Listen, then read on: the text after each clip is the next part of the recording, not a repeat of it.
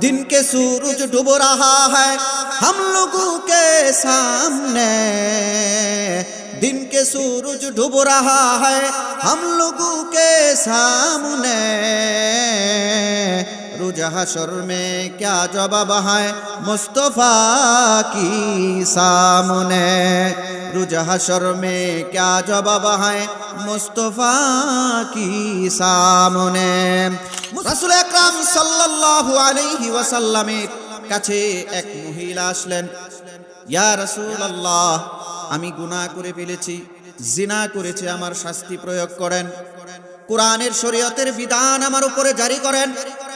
আল্লাহর রাসূল সাল্লাল্লাহু আলাইহি ওয়াসাল্লাম বললেন, তোমার কোনো অভিভাবক আছে নাকি? হ্যাঁ, অভিভাবক আছে। অভিভাবককে ডাকা হলো। আল্লাহর রাসূল সাল্লাল্লাহু আলাইহি ওয়াসাল্লাম বললেন, এই মহিলা যতদিন পর্যন্ত বাচ্চা ভূমিষ্ঠ করবে না ততদিন পর্যন্ত এই মহিলার সাথে তোমরা সৎ আচরণ করবা, ভালো আচরণ করবা, তাকে অবজ্ঞা করবা না, বরং তাকে সুন্দর সু আচরণের মাধ্যমে জীবন যাপন করাইবা। রাসূল আকরাম সাল্লাল্লাহু আলাইহি ওয়াসাল্লাম ওই অভিভাবকের কাছে মহিলাটাকে বুঝায়া দিলেন।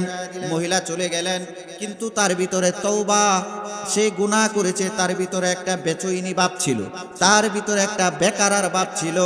ও মুসলমান ভাইরা রে আমার, ওই মহিলা সঠিকভাবে খায় না, সঠিকভাবে ঘুমায় না, কখন জানি আল্লাহ তাআলা মৃত্যু ঘটায়া দেয়। মৃত্যু যদি হয়ে যায় তাহলে শরীয়তের বিধান তো আমার উপরে জারি হলো না, শরীয়তের বিধান তো আমার উপরে বাস্তবায়ন হলো না। আমি যদি এই অবস্থায় মারা যাই, কাল কিয়ামতের ময়দানে আমি কিভাবে আল্লাহ তাআলার কাছে মুখ দেখাবো, কিভাবে আমি রাসূলের কাছে মুখ দেখাবো? দিন কে सूरज डूब रहा है हम लोगों के सामने, दिन के सूरज डूब रहा है हम लोगों के सामने,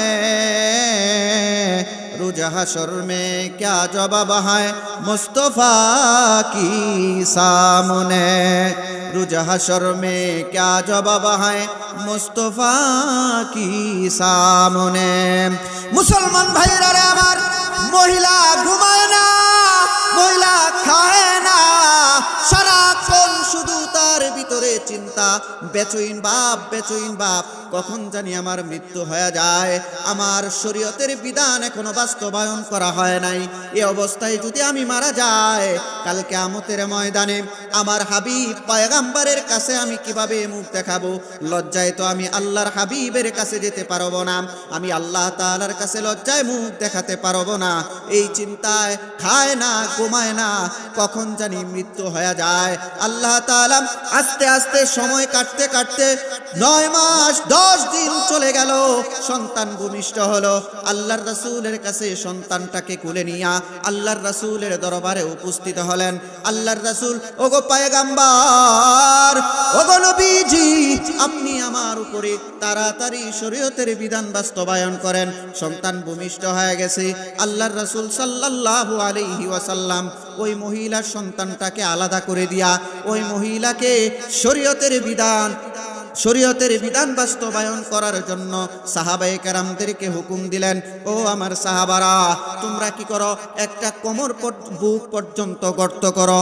বুক পর্যন্ত গর্ত করা হলো। ওই মহিলাকে ওই গর্তের ভিতরে রাখা হলো, মাটি চাপা দেওয়া হলো, তাকে সঙ্গে সার পাথর মেরে মেরে এরকম ভাবে মৃত্যু ঘটানো হলো।